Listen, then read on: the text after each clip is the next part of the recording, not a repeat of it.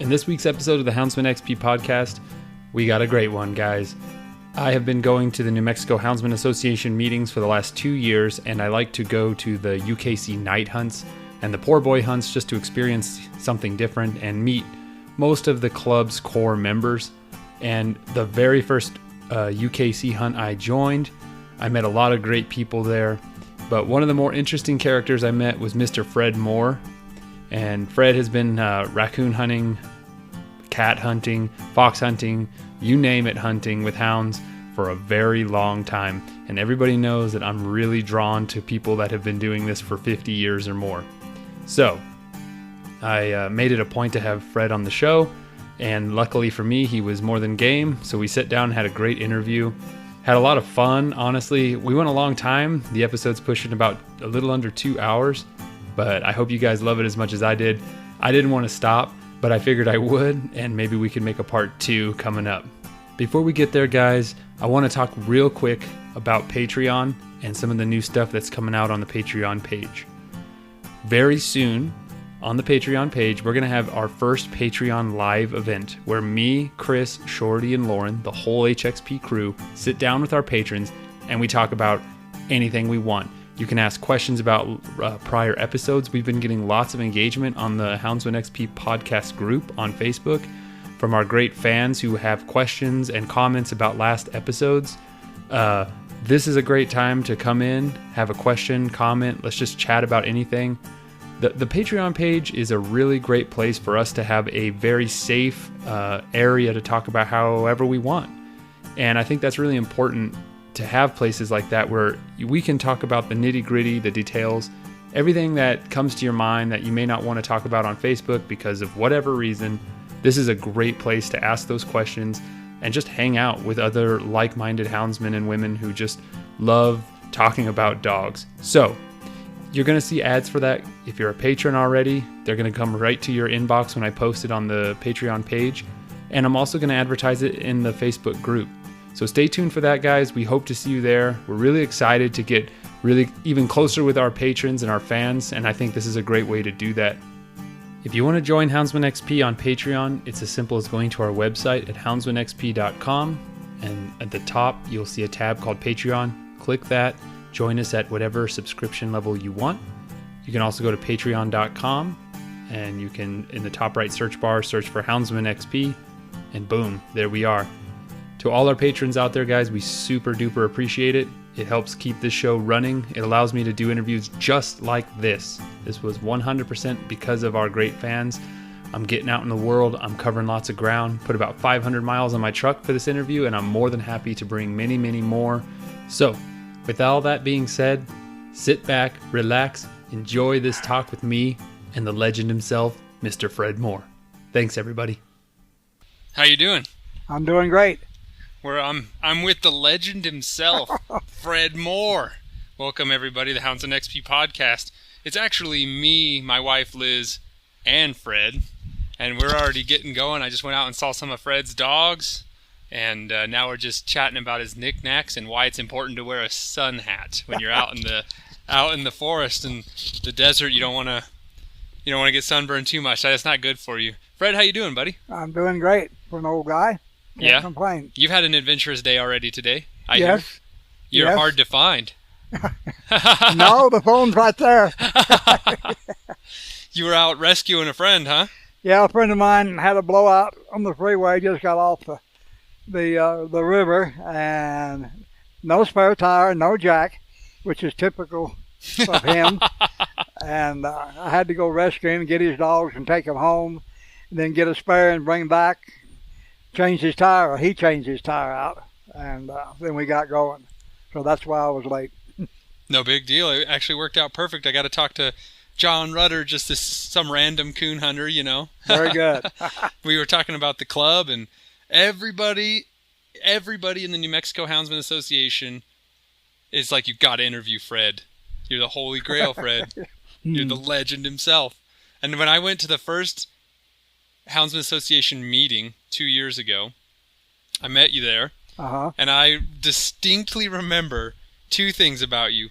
One, you made me laugh because you're like, maybe we'll get to see some real coon hounds here today, because they were like playing around with us instead of running out and hunting, and that made me laugh. And 2, I just remember following you on my hands and knees through the Bosque to that second tree where they had him treating that cottonwood. Yes, sir. And it was just hilarious that me and you were like crawling on our hands and knees through the underbrush. And I'll never forget the lesson you told me right there. Turn off your lights, and you can look up in the dark and actually see the coon's silhouette easier than if you're shining your lights up into that cottonwood, which was like great advice, because I totally used that when I was hunting with Lauren, the co-host of the show.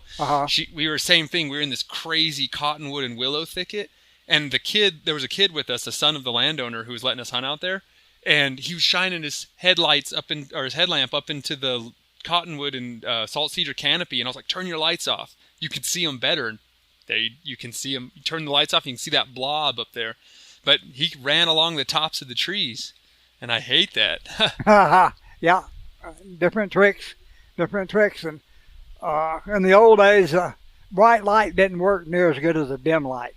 The lights they have this day and age is, whew, I don't even know why a coon looks at a light that bright. I mean, used to, I've even hunted with a carbide light where they sit there and they flicker and they sputter and smell awful. So, but you can find a coon with them, and the sputtering seems like, and then the dim light, that them coons will look at that light and you can see them. Yeah. And then I got a Bill Boltman light, a 12 volt, back about 72, and it had a PR18 bulb in it with a 12 volt battery and acid battery. And if you let it sit on the truck seat, the vapors would eat the seat up and this and that. So, man, but yeah, that was quite the light, though. It was a good light. And then we went to the Kohler wheat light, which is a line light, and 4 volt light, and then you could adjust it from dim to bright, and then flare it out or use a spot. Yeah. And we found more coons with that light. Lauren's coon light blew me away. How bright that thing was. Yeah. Turned it on and the whole Bosque was like lit up. Yeah. Dang. Yeah, them 21 volt, 28 volt lights now, and I've had them all, and I still like the older light to where you can dim it down to nothing. Mm-hmm. And the flicker light sometimes works all right. But... Well, before we get going too crazy, Fred, why don't you introduce yourself? Tell us how old you are, how long you've been running coon hounds. Oh, my goodness. My name's Fred Moore. I'll be 77 July 3rd, and I've been a member of the New Mexico Houndsman Association since 1968. So I've been hunting 53 years. I've been an officer of the club for 53 years. The club actually formed in 1964 at Corrales, New Mexico, with Irvin Muir, Paul Krogdahl, Dick Ellis, Ben Dial, a guy by the name of Bryson, and many others, I'm sure, but I didn't get to meet all of them. But that's how the club originated. Just something I want to say fairly quick. Bryson and Ben Dial and them had fence companies and guard dogs, and they also had foxhounds. And they started importing fox and took them out on Oak Flats or something. I say, go out past the canyon, take the first right road that goes back in the canyon and winds around up in there past Ideal. It used to be Ideal Cement. And I think there was Oak Flats and 2 or 3 other places up there. But they had a big yard up there that they turned them fox loose. And that is the original Juan Tomas Foxhound Club. Huh. Today it is completely different. They have no idea what you're talking about when you say that we started the club. Dang. I mean, they imported fox, took them out there, turned them loose, and they had fox races. Wow. With regular foxhound. Dang. Yeah, times have changed. Yes. Yeah. Yes. You can't hunt out there no more. Yeah. You know. So the club has been going quite a while, and I mean, you've been there since the beginning and the end. How has it changed over the years? We used to have a lot of field trials, drag races and stuff with a leather drag with coon scent on it, and drag it around and then put it up a tree, and you had a drag race course, and then usually about 50 yards from the tree you had what they call the line, and it was about 50 yards from point A to point B. The dogs had to cross between point A and point B to qualify for the tree, and then they would go in and tree, and you got first, second, and third for line, and first, second, third for the tree. Mm-hmm. And then they would take the heat winners and advance them to the finals. And the first one I went to was 69 or 70, I guess, and they was giving ribbons out. That was on the north side of Corrales at a place called Trucius. It was just a big old farm field, but right there on the Rio Grande River. Changed a lot. Now it's like the UKC thing. You can't. It's blown me away. This whole world I'm learning about. The coon hunting competition world is a big deal. Yes. Do you still do that, or? We held the theory back then was that our dogs, there wasn't enough coons and too much trash, and you get too many minus points if you couldn't do any good. So we had a club down at Sabinal, below Berlin, at Rube Rossonder's house. And our first UKC night hunt was in 1972. And we had 40 dogs show up for the night hunt. We had 10 casts. And we've never had a hunt that big since then. We had them come in from Texas and Arizona and New Mexico, Colorado, Wyoming, Utah, and California. They all come in. The little one-horse club back then. Have you been hunting in New Mexico for essentially all the 50 years you've been raccoon hunting? Yes. What do you think about New Mexico coon hunting overall? You think it's pretty good? Do you think it could be better? It has its ups and downs, depending on, I think, how the winter goes and how many litters of kittens that the coons have. And, of course, when you got a dry winter and no food, and the coon only has 2 or 3 kittens, to where when you got lots of food and stuff, there can be maybe 3 to 5, maybe 6 kittens. And I think a lot of it depends on the food supply. Yeah. It blew me away how many mulberries were down there. Oh, yes. Man. Oh, yes. That's a buffet for them. Yes. And that probably makes a pretty good dense population. And then there's another bush down there that's little bush, doesn't get more than 4 or 5 foot tall, but it's called a currant bush. It's got little black berries on it, and they make good jelly too. Nice. But if you were to hunt anywhere in the United States for coons, where would you want to hunt? I have hunted probably 14, 15 states, and I've traded more coons in one night in New Mexico than I did Texas, Oklahoma, Kansas, Missouri, Colorado, Wyoming, Arizona. I've traded more coons in New Mexico than I've ever thought about trading. Here in the Bosque? Yeah. Blows me away how thick it is in there. I mean, that's... It ain't near as thick as it used to be. Really? Yeah. They've had too many fires in there compared to what it was. Does it thin out the salt cedar and stuff, or was it really that salt cedar invaded to begin with? Well, they've tried to eradicate the salt cedar, but they can't do it. Of course. They spend millions of dollars, and they've got a bug out now, I understand, they've been releasing that kills the mosquito that kills the salt cedar. Yeah, the salt cedar beetle.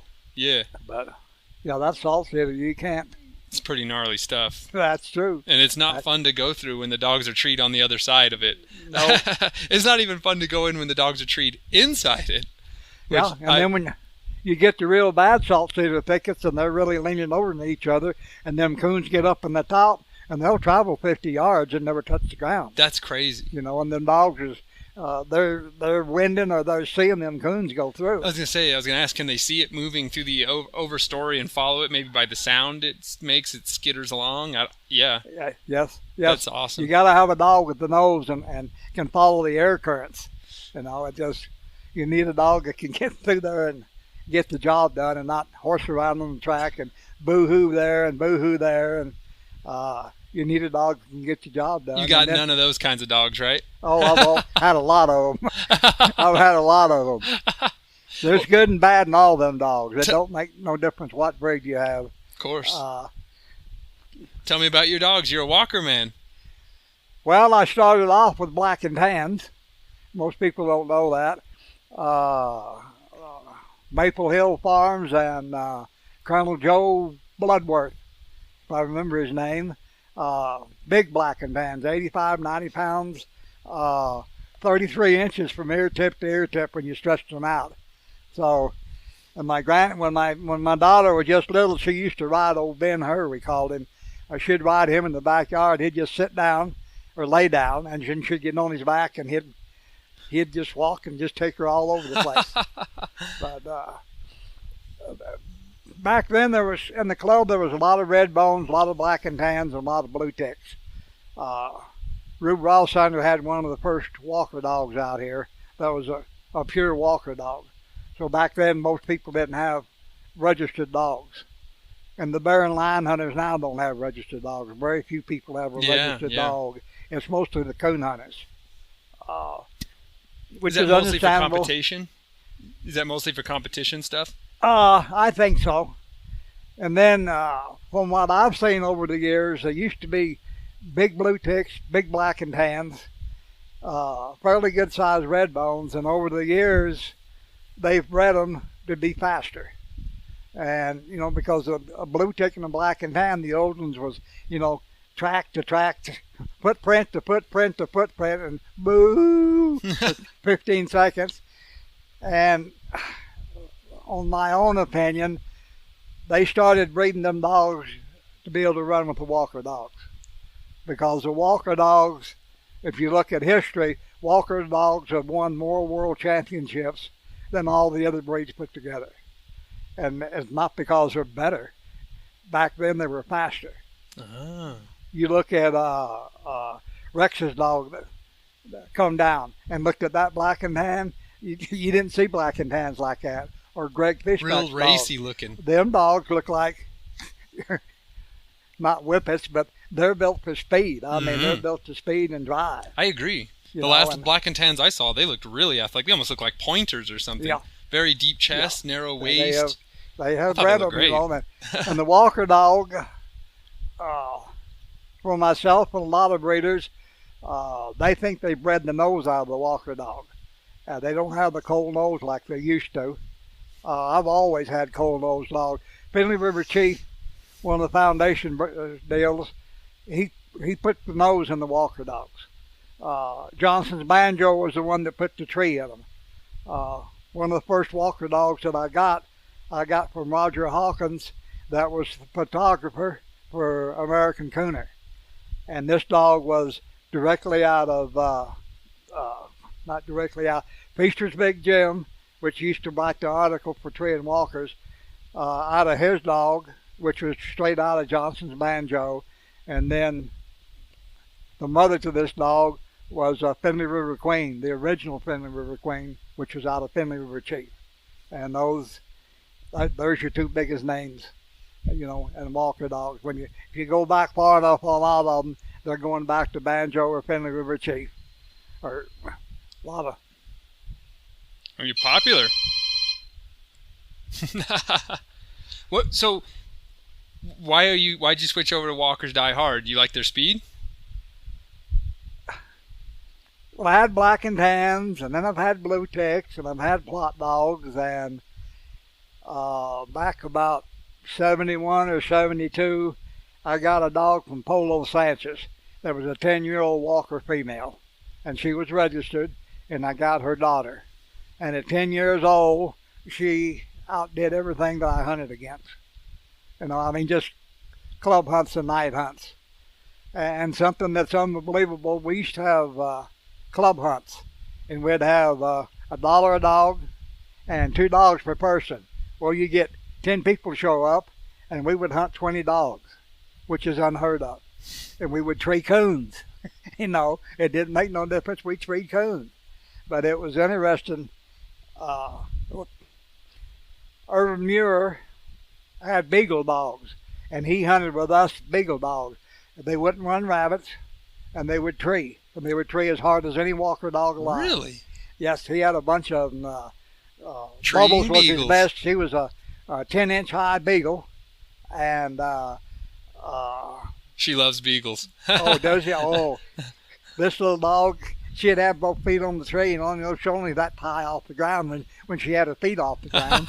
And she could tree 125 barks a minute. Wow. Yeah. Dang. And back in them days, we run fox. Little kit fox or gray fox, I call them, little swift fox. Mm-hmm. But you could tell the difference with Irvin's Beagles in there and the big dogs. When the big dogs is up in front of the Beagles, it was fairly open, they could run. Then when you got to the salt cedar thickets and the Russian olive thickets, then the Beagles would take off. And they would get in front of all them dogs and work the track out. They kept going. Really? But I guess that little size just helps them push through there. But, it would take half hour, 45 minutes to an hour to tree a fox. And then once they treed, you didn't have much time to get in there and look at it, because as soon as he rested, that sucker would just come right down the tree, and he'd look at them dogs, and then he'd just sail over the top of them, hit the ground, and he was gone. That's crazy. Them little old fox climb a tree just like a coon. Oh, yeah. Yeah, gray foxes have amazing ability to climb. The first hunt I went on at night, my hunting buddy was old Dino Bowens, and then we went with a guy by the name of Perry Peckham, and he had 6 black and tans. He had a couple of registered black and tans. He had a blue tick bloodhound, and he had a beagle bloodhound, and then he had one other dog. I forget what her name was. But we went down off of Rio Bravo on the Rio Grande River, and about 45 minutes later we had a fox up a tree. And I've been coon hunting ever since. I mean, I just got hooked. Yeah. I mean, I said, I was going to ask you how you started. And the tree of fox too, Yeah. But it didn't take long to find out if they run fox, more than likely they was going to run coyotes. So we started breaking them off of fox. And then in 74, I bought my first Tritronic shocking collar. And once I bought it, we put the fear of the Lord in them dogs. I love a shock collar to train. It is the best tool ever invented for training dogs. Yeah. Because I can recall mine if they're heading to an area I don't want them to. I need you to pay attention. You need to follow me. You're about to trash on some antelope. You see an antelope running 2 miles out, and those dogs will go to that thing at full speed. No. You stop that. Yes. And that's one of the major things I love to discuss with guys who've been hunting hounds for a long time. How did you do it before the shock collars? How did you do it before the GPS collars? I mean, I know how you did it, but I mean, what a totally different world. You lost lots of dogs. You spent a week trying to find a dog. I mean, when we used to hunt up at Hamas all the time, and then they'd get off on a deer race and elk race, and you had to be to work at 7 o'clock in the morning. So you get home at 5, you get up, you go to work, and you get somebody to come in and cover you. I had a gas station back then. I had a Deep Rock gas station on Central and Cypress in Albuquerque. And then I'd take off and right back to Hamas, and look. Had a friend up there that worked for the Forest Service, and a lot of times he would learn where a dog was, and he would say, "Hey, so-and-so found a dog." And man, there I go up there. And back then you used to have the name tags and always had reward upon return. Yep. And you learn real quick, don't be put that reward on there, because they would call up and they'd say, "How much is the reward?" "Well, I got to make sure it's my dog." Click. They'd wait a day or two. And then they'd call back up. "How much is the reward for that dog?" "Well, what do you want?" "I want 500.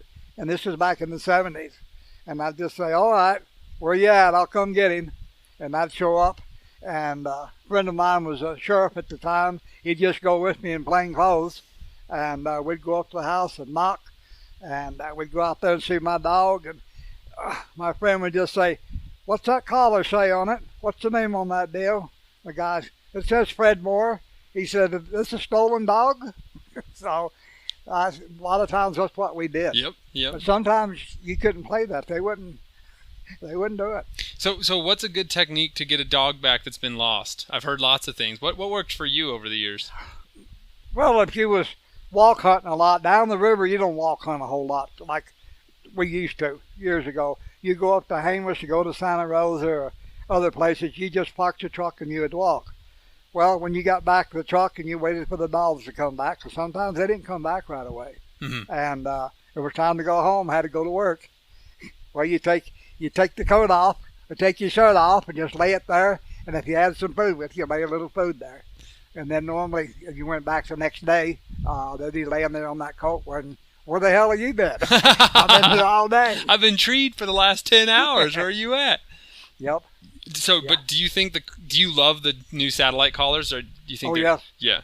Yes, I got my first BB collars in about 94, 95. And I wasn't convinced how good they was until we went hunting one night with a guy by the name of Greg Arnold. And he had some of the first L&L collars, L&L Electronic. And they was one of the first ones to get into dog collars. They used to make them for rockets and birds and stuff. And we had my wife's dog. His name was Bum, and had a collar on him. And we turned out down by Bernardo and was hunting north. And old Bum was missing, and Jenny was missing.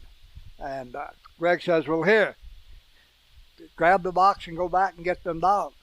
So we was already 3 or 4 miles down the river, and I went back, and I kept getting the signal on Bum, but and then I finally found Jenny. Jenny come into me, and she didn't have a collar, and I went back and got Greg. We loaded all the dogs up, and they come back, and a baby collar, you have to really know your stuff and learn it.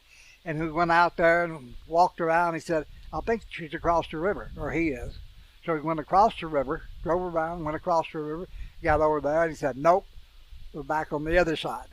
So we went back on the other side, and the dog was about 200 yards from the bridge and disconnected the little coax antenna from the box to the antenna and just using it. And then I stepped right on the dog. It was in some tall grass, and I stepped on him, and he was dead in heck, just laying there in a full stretch out motion, no blood on him, no nothing. Had no idea if he got hit, made it that far, and died, or if he died of a heart attack or what. But I mean, no blood, no swelled up, no straight marks, and that's where I decided you better get you some telemetry collars. Yeah. I mean, and then I had to take the dog home and inform my wife that he was dead. Well, you know, a friend of mine, that exact thing happened to him. He was only able to recover a hound because he had one of those collars on it, and it actually, he got hit by a car, and you would have never expected that because he got hit 5 miles away from where they turned out, and he found him off the side of the road because he was wearing one of those collars, and that is exactly what made him die hard about those collars. A believer to the end. You would have never had that closure. You just think he ran off or someone had him. Never know. And so I was blown away at how nice they are. Honestly, it's so nice. Don't turn a dog loose without them. Yeah. I mean, you spend so much less time looking and more time hunting. Oh, yes, because I've spent hours and hours and hundreds of dollars of gas, and that's back when gas was cheap. Yeah. 50, 60 cents a gallon. And I'd still spend $100 a day sometimes looking for a dog. Where's your favorite place to turn out in New Mexico for a coon?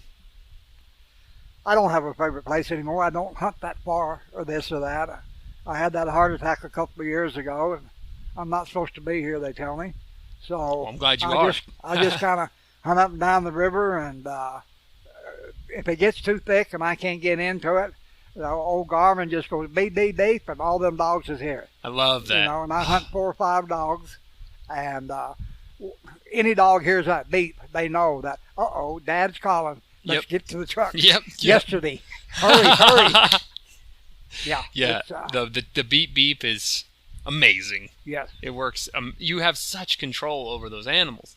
That's it. And I just, and so I have so many questions I want to ask you. It's like my brain is just beaming off. But I want to ask you, because I love asking people that have been there, done that. How many litters do you think you've seen in your life? Hundreds? Oh, thousands. Thousands. So when I ask you, what do you look for in a young coon hound? What are you looking for when you're looking at a group of pups to take home and start? That's one of the hardest questions in all of hound hunting. Most people are going to tell you they want the first one out of the doghouse, the first one to come up to you, or do this or do that, or one that's friendly, or I always like the shy dogs. Really? The one that get off, because they're not going to go to a stranger.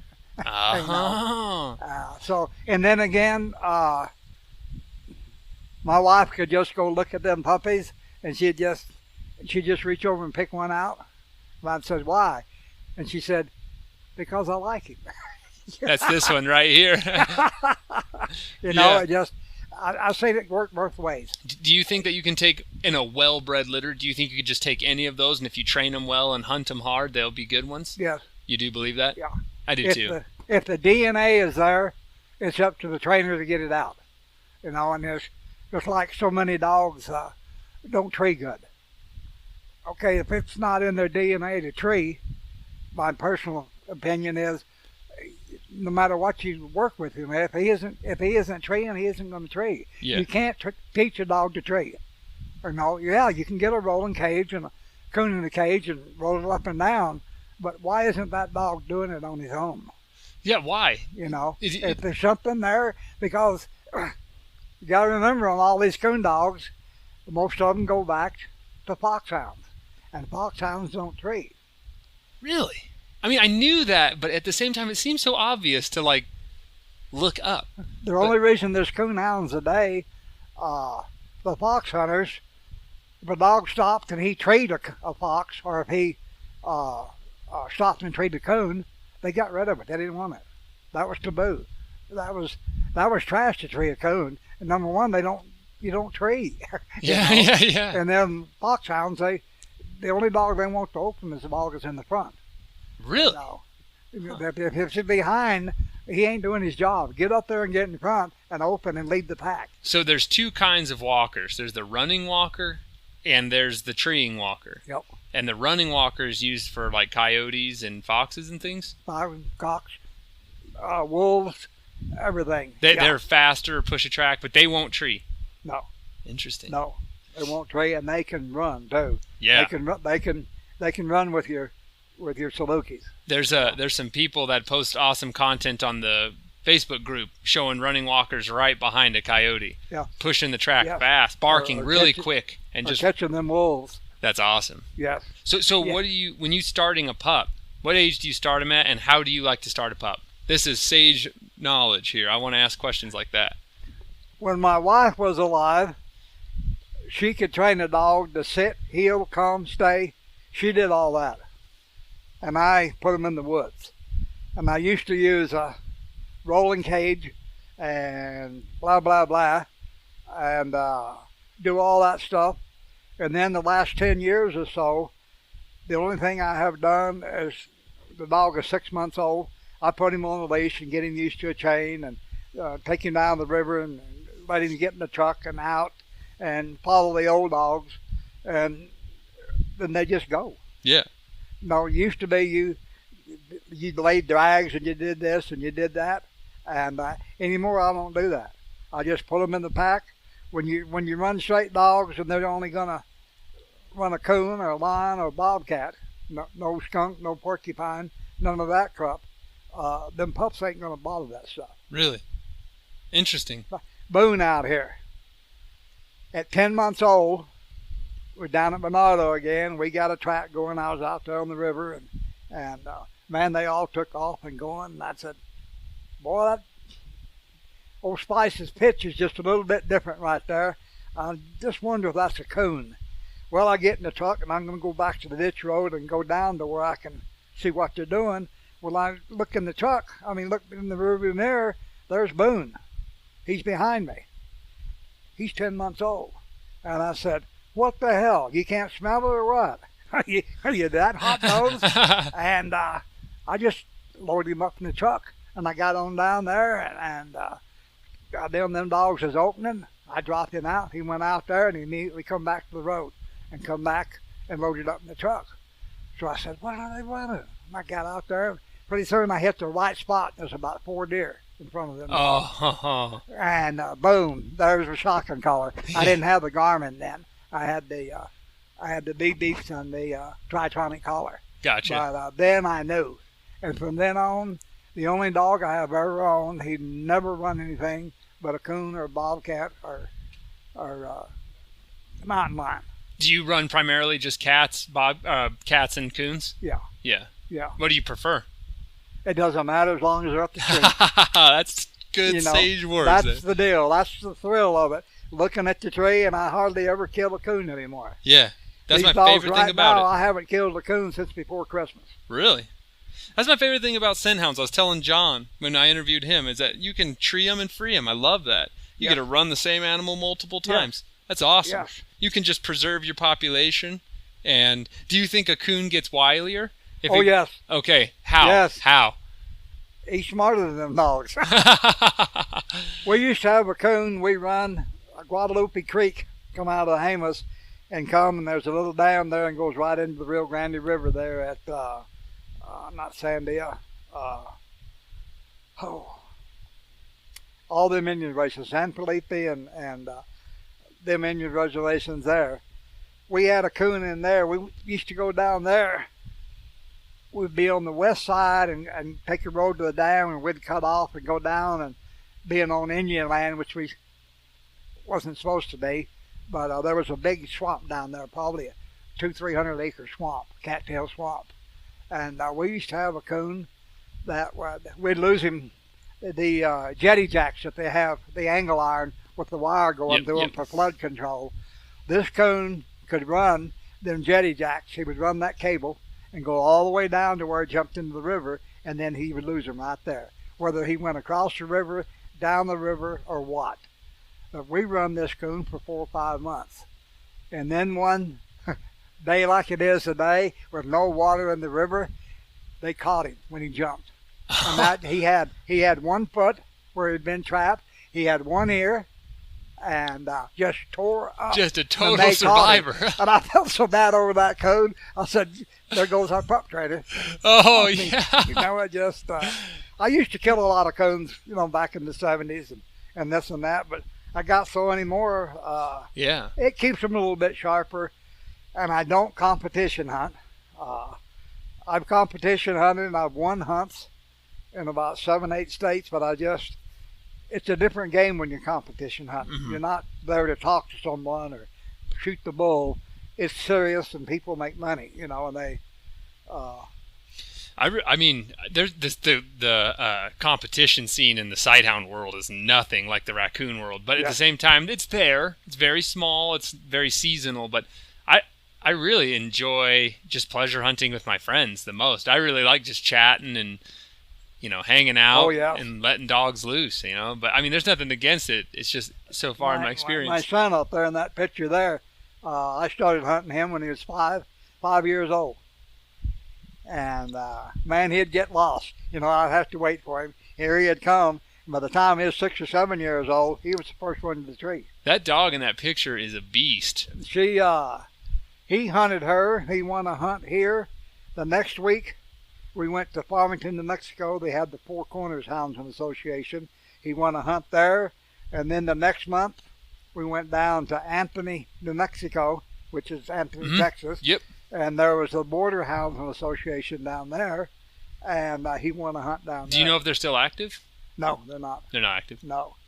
Nope. How has hound hunting changed over the years? You think it's gotten less popular, more popular? The hound hunting is as popular or more popular, but UKC and AKC and the Professional Coon Hunter Association and all of them, it doesn't click out here in Colorado or Arizona, Utah, and them states. The bear and lion hunters say them papers don't catch a damn thing, which they don't. But I always like papered dogs. Mm-hmm. And I used to go to dog shows and bench shows for the confirmation. I used to love that. I actually liked it as much as I did coon hunting. It's so funny. I take a lot of pictures of our hunts, and we love looking at the pictures as much as we love hunting the dogs. Yes. That's the thing I love, and that's the thing I've been so fortunate about this show, is I get to share in my passion, my obsession with hunting dogs with people like you that have been... Yeah. You've been hunting coons for twice as long as I've been alive. Well, talking about the other clubs, we used to have the New Mexico Houndsman Association, which was centrally located. And then there was the Border Houndsman Association down in Anthony. and there was members there in Texas and El Paso, and not a whole lot of places to coon hunt down there, really. No. And then they had another one at Artesia, called the Guadalupe Houndsman Association, and they held field trials about once a month. And we used to try to get them to hold bench shows and UKC night hunts. They would hold their own night hunts, but they never would go UKC. I mean, we went down there and talked to them, but they wouldn't do it. Mm. And then there was another one up at Farmington, Aztec area, and that was the original Four Corners Houndsman Association, and that was back in the late 70s, maybe early 80s, and a guy by the name of Pete Dominguez got that thing started. They held UKC hunts, and Anthony held UKC hunts, and we did. So if each club held a hunt a month, man, that made it nice. And then getting different judges, and it was a lot of fun, but they just, I don't know. Jealousy and hound dog people and hound dog clubs, instead of just going for the love fun of the having hounds. it and see the kids work or see that or making friends and good food. Yeah. You know, the good food, the women. Some of our night hunts that we used to have, we'd have people in maybe 4 or 5 tents and maybe 2 or 3 cab overs and a couple of trailers. We had a humongous crowd. Yeah. And sounds so fun. It was. They'd sit there and play cards and do this and eat and whatever while the guys went hunting. And then as they come in, the gals would give them bacon and eggs, you know, or sausage and eggs and cook for them and pancakes and coffee and all that stuff. And that was a lot of fun. But so why do you think that stopped? Oh, I don't know. I mean, back then we was having just field trials and just the UKC night hunting, this and that. So it wasn't all UKC. But anymore, a lot of guys won't come because, oh, that's a UKC club. That's a UKC club. We just tried to hold 2 or 3 hunts since Christmas of just a great hunt, you know. Just as long as it's a hound show up, nobody's showing up.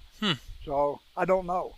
Everybody, the kids, soccer moms and basketball and baseball. And do you think we're just getting away from outdoor in general? Do you think as time is marching on, people are getting less interested in the outdoors? And by that, we've always been a small minority of the hunting community. Do you think it's just getting smaller? Yes. Yeah. Yes, and you got lots of groups going to schools, elementary schools and junior highs and stuff, and they're preaching more anti-hunting. You know, you can't kill, don't kill, you don't do this, don't do that. Why are you killing that poor defenseless coon? You know, I've posted more stuff on Facebook and getting everybody just happy, and then always a couple of people, why are you chasing that poor defenseless coon? You know, and he's you won't let him sleep, you won't let him do this. They can't. And you just learn not to answer it and just go on. Yep. Because they're gonna.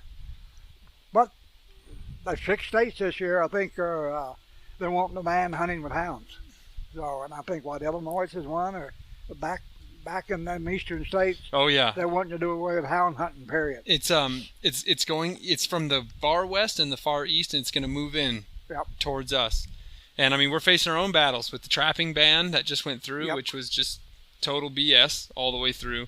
Yep. We're next, and that's what I was telling John. You know, we need to stay vigilant. We need to stay organized, and we got to stick together. And all sportsmen in New Mexico, and this is obviously a lesson for everybody. Yep. We need to stick together and stay alert. Eagles, coyote hunters, whatever, you know. Yeah. We got to get together, and we haven't been able to do it so far. Now, I was just always wondering why, you know, like, I wonder if, did fur prices have something to do with the interest in coon hunting? Because weren't fur prices pretty good in the 80s? Were they good here? Yeah. Oh, yeah. Back in the 80s, it was nothing to get $60 to $80 for a coon hide. Yeah. That's good money. You know, I know, because a trapper friend of mine he would go with me and Keep he the coons. would flesh them out and do this and do that.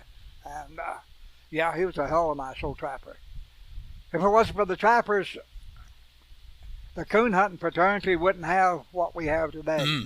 The law used to read that if you hunted at night and carried a you're good.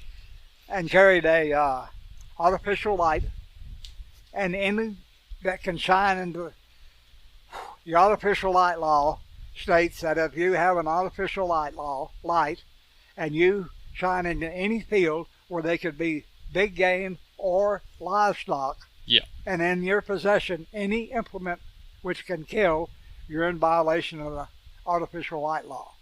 And we fought that for years and had a gentleman's agreement with the game department that we could carry a flashlight. And what the trappers didn't know was it affected them too, but they did it. You're running your trap line after hours. Okay, it's 8:30 at night. You go in there and pow, you use an artificial light. You got a pistol or shotgun and you shoot it. You're in violation. And they never believed it. Yeah. One of they used to have a meeting on the other side of the mountain there, the rendezvous every year. And game department was there one year, and I just asked the game department in front of everybody. I said, can you legally shoot a coyote, not a coyote, but a coon or a fox at night with an artificial light and a gun? And the guy said, no, you're in violation of artificial light law. And the reason the law was passed, because up north around Taos and some of them places, the Rocky Mountain sheep and stuff, them guys were using aircraft landing lights and blinding them and walking up with a tire iron and hitting them in the head. That's a discussion for how dumb a bighorn sheep can be, but also, and I get why those spotlighting laws are put in, but there is now, in the proclamation, it's written that coon hunters are an exception. Yes. You guys, and that's kind of... There you go again. That was the Houndsman Association and Tom McDowell from the Trappers Association. At the time, he was the president of the Trappers Association, always been high up. Jim Lane was the game department director then. And we would talk with him about getting this done and getting that done. And finally somebody called me up one day and said, he was with the game department, and Jim Lane said, call me, and what did they need to do to get it legal to kill a coon at night? And I said, well, we need to have a light, number one, and then a gun. He said, all right, what do you suggest? And I said, well, any light. I said, any battery-operated light that you're carrying with you. I said, and I use a .22 pistol. How about a shotgun? I said, I don't use a shotgun. He said, but down on the Rio Grande River with Conservancy, your permit you buy says you can only use a shotgun. Right, see? Right. And I said, all right, what do you suggest? And he said, let me call you back. He was on the phone, and Jim Lane, I forget what the guy's name was, very nice gentleman. We got a three-way conversation, and he said, what about 22 pistol, 22 rifle, crossbow, and shotgun, and any light that's legal for coon hunting? And I said, that works for me. And that's where we got it. And that's the kind of... So nobody realizes that we did that. That's great to know. I didn't know that. Yeah. Well, it makes perfect sense. Yeah. I mean, and that's the kind of things that we need to hear. You know what I mean? That's the kind of ways that you can get active and change things. And it's not really that hard. I admit, before I really kind of got full blown into the hound hunting community, I was kind of one of those people that was just like, let them fight our battles for us. You know, I just want to hunt my dogs and be left alone. It doesn't work like that. No. It really doesn't. We need to back the trappers, and the trappers have normally backed us. Absolutely. You know, we are, I think, trappers. I've never trapped, and I don't really want to, but I support them 100%. I think we really are like brothers because we're both kind of a target. We're on the radar. Yes. Just beep, beep, beep, beep. Ah, there they are. Yes, exactly. And it's so misunderstood. You know, houndsmen especially, we're lucky because we hunt with dogs, and people love dogs. And so we kind of have that going for us. You can take your hound to a place, and people are like, oh, they're so cute and friendly, you know. But I think staying vigilant and working with your local legislation where you can to fix things is key, you know. And I think... Well, last year, they closed the Rio Grande down, vehicular traffic. We got hold of Kelly Rajaro and Greg Baca and Maldonado, the other state legislators down here. Everybody started writing them letters and calling them, and then all of a sudden they put pressure on the Middle Rio Grande Conservancy District, and then all of a sudden they come out with special use permit because the river was closed And that's how we got back on the Yeah, river. I wrote a letter for that. I remember John put that on the Yeah. Houndsman Association group. And see, they had people from as far away as Rio Rancho bringing truckloads of four-wheelers down at Belen Bridge and just parking there and getting down the river. And then they could go from Belen Bridge all the way to Isleta Dam, or from Belen Bridge to Bernardo Bridge. There was four-wheelers and dune buggies and partying every night, fires. And the Conservancy has no law enforcement authority, so they can't do anything. And the Sheriff's Department really doesn't want to go down there because Middle Rio Grande Conservancy is considered private property. Oh. See, that's where they get away. And the big stink now, you know, they just arrested a gal for setting all these fires down here on the river. From Los Lunas Bridge, 2 miles north and south is a reserve for Los Lunas Bridge. For Los Lunas. All right, but they're not enforcing it because they got about 200 people living down there. Yeah. And there's a gal, there's been 18 fires since March to right now down there at Los Lunas Bridge from 200 to 300 yards north and south. 18 fires just on the Rio Grande River. Does that affect the coon hunting in a negative way? When the fires, does it help them maybe get a lot of underbrush out? What is it? Does the fires affect the coon hunting at all? Is there an upside? Well, it doesn't there because we can't hunt it. Oh, yeah, it doesn't matter. Yeah. The members of the Houndsman Association aren't hunting it, but members that ain't, they do anything they want to because Los Lunas isn't enforcing it. Mm-hmm. But it also states that on the preserve you can't spend the night down there, but yet there's 200 of them spending the night. I was joking with John, but he said that, like, there's a lot of homeless people down there and I was like, that's a very unique situation for a hound hunter, having to have your dogs run through a homeless camp. I mean, I know it can get kind of... Well, John got some guy pulled up a screwdriver on him the other night. Great big screwdriver was coming. He told him to get the hell off the river. And John just pulled a weapon out and said, I don't think so.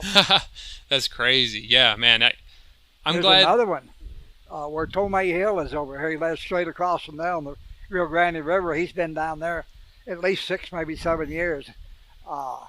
He's got 3 or 4 tents. He's got solar power. He's got microwave oven. He's got a electric weed eater, that he battery powered. Hobo Castle. And they can't get rid of it. Because they don't want to get rid of it. Yeah. It's a Me nightmare. and him got into it here a while back. Different story. I was going to ask you, there's like so much that I really wanted to unpack, but what I wanted to ask you is, what do you... Obviously, you live here. I don't know if that's by choice, like you've chosen to stay in New Mexico, or if you've ever wanted to move or not. But what is it about New Mexico that you love for hound hunting so much? Because you're here. I mean, I'm stuck here. Oh, okay. I don't know. I was raised by a foster mom.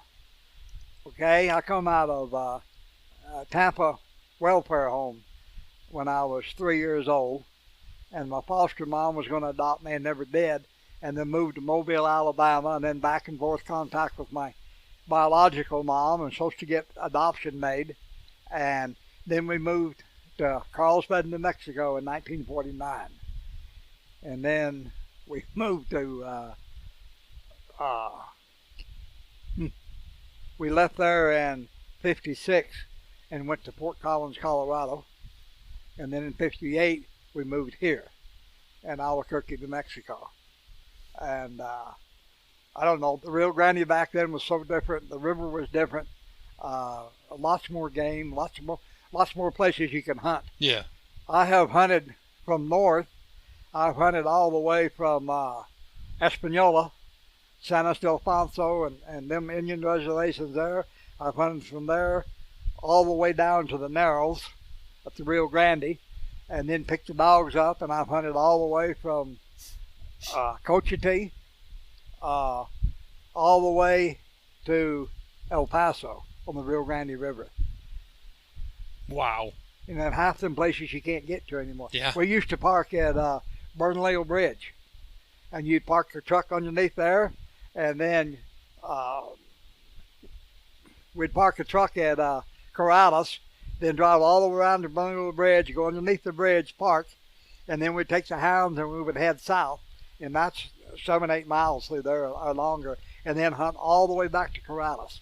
Wow. And then Dang. you can hunt from Corrales to Corrales Bridge, and on the east side, you could hunt from Corrales Bridge all the way to Isleta down. I've hunted all that at one time or another. Do you think this Bosque forest here is probably the best in New Mexico? Seems to me it looks like really good down there. Oh, Albuquerque is overrun with coons. Yeah, but you can't run hounds there. You can't run hounds, but they're overrun with it. So, I mean, there's coons there that there's coons down here that have never seen the river.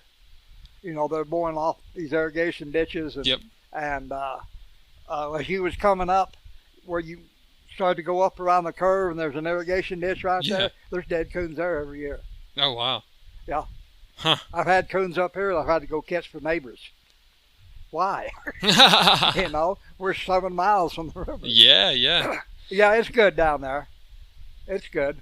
I'm always really interested in hearing like what people are looking for in an ideal coon hound when you're trying to build that type and body. And really, the answer for any dog is it's where you're hunting and it's your style. What do you like in a good walker for putting coons up? And how many do you like to run when you put down for a coon? Do what now? How many? What do you like in a good walker hound? Good conformation. You got to have good feet. What does that mean? Like what's good feet? A lot of walker dogs don't have good black feet. They got white feet. And if you get off the river and get into the mountains, the rocks and stuff, they tear them up. Yep. You know, and you got to breed for good black feet. Conformation, of course. You don't want a coon-footed dog, and you want him with a deep chest and good lung. Like this one. Yes. Yeah. And because they got to be able to run, you know. If they can't run, they ain't. They ain't a walker. They're not a walker dog. Interesting. Yeah, because I really you got to want. be able to the track. When you hit that track, you got to know which way to go on it. Mm-hmm. You know. Yeah. Sometimes you get mixed up and you go the wrong way. The dog turns around and comes and straightens it out and goes the right way. So many lion hunters you hear anymore, not anymore, always, dry ground lion hunting. They strike a lion and the guys jump off the horse and they go look. Well, they're on the wrong end of the track. So they got to catch them, turn them, and get them back on the track. Well, they can do that on the coon too. People don't believe it, but yes, they can do it because I've seen the tracks in the road where them dogs is backtracking. You're good. I'm just going to adjust your mic. There you go. Okay. So, yeah, he's got to have the speed, the nose, and the brains to figure out all that. You got to decipher that track. Mm-hmm. And put pressure on the coon to make him go up. Because if you don't put pressure on him, he's going to play with you. Oh, really? You think they? Yeah, you just. I know they will. Well. Me and my wife will sit there on the ditches, and she'll say, "There's a coon coming down the ditch." All right, shine the light. The dogs is 100 yards behind you. You know, they're coming down the ditch. Well, coon goes on down, and all of a sudden you see him getting a little brush pile or something. Well, them dogs go past.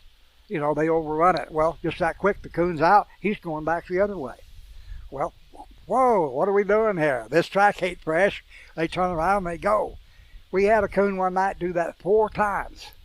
And then the last time, he went to a place he had already been, and then he just went about 40 feet and went up a tree. And then dogs went back and forth. Trying to figure it out. And then old hobo, he throws the head up off the ditch. And all of a sudden, he just goes straight to the tree, and he trees. You know, he can smell him up in the tree. But, yeah, when you, same with the bobcat, you know, they circle, they backtrack, they do this. You got to decipher all that. Well, I hunted with Lauren, and we hunted in the irrigation ditches, and there was no trees, just those crazy thick reeds. And Yes. I'll give her dogs credit. It was amazing. They'd run that coon up. You'd see the coon run by. He'd go into the cattails. Here come the hounds. Those blue ticks just marching up on him. Here they go. And then the coon, you'd hear the slightest rustling in the weeds. Here he comes back. And then about 3 minutes later, here come those dogs. Just watch the reed and you'll see where the coon is. They hunted in the same 400-yard section for 2 hours, back and forth, probably 20 times. It was a spaghetti bowl of tracks, and they were still just back and forth. But they just could never see him to get him caught. And the coon, and them reeds, and you get 6, 7, 8 foot tall reeds. Oh yeah. and then them dogs probably come in and their eyebrows was gone and their noses was raw. That's Their chest was raw. We used to be able to hunt La Jolla up there. It's not La Jolla anymore. I forget which game warden it was. Lad Gordon is what it's called now.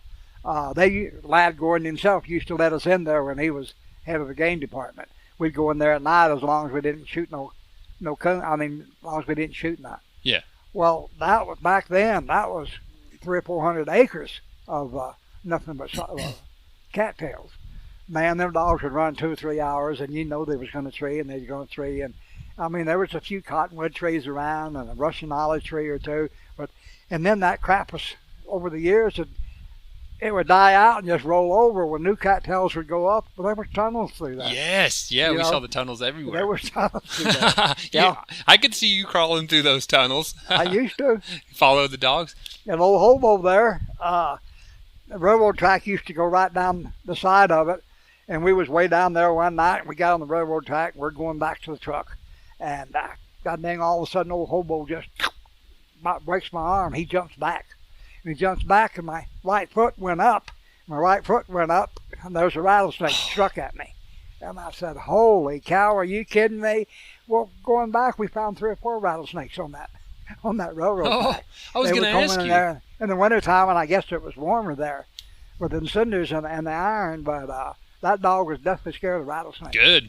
He saved me up in Fenton Lake one day. Same thing. Was going through a barbed wire fence. And I started to go through there, and man, he jerked back on that leash and about broke my arm, and there was that timber rattle. That's what I was going to say. When I was following you on my hands and knees, the first thing on my mind was, oh, please don't let there be a rattlesnake. Oh.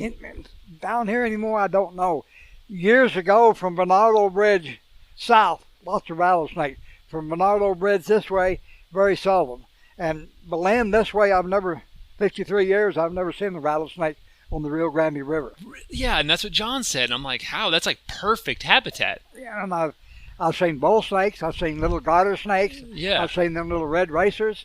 I've seen all sorts of that. Did you get dogs bit over the years quite often, or not so much? I never had one bit. Really? My friends have. I mean, in some bad injuries, where they lose an eye or they get hit in the head, that stuff just shrivels up after a while. But that's amazing. That you're the first houndsman I've ever asked has never had a dog bit by a snake. No. I have, and my dogs don't even hunt in thick stuff. My hunting buddies have with me. Yeah, man, that's the thing that I always got nervous about when I started experiencing hound hunting here on the Bosque and stuff was, you turn those dogs loose in the dark and they take off running, and the first thing I was thinking is, what happens if they run up on their first pack of javelinas? That was my worry, is get ganged up on by one in the dark. Old Boone, he's never run anything but a coon and a mountain lion. And he has saved me more times. Because one night we got after them pigs come out. It was in front of my truck, and we was roading, and the young dogs took off, and Boone went down there about 30 feet. I mean, he's at the back of the truck, and Spice is at the back of the truck. And I just let them go on down.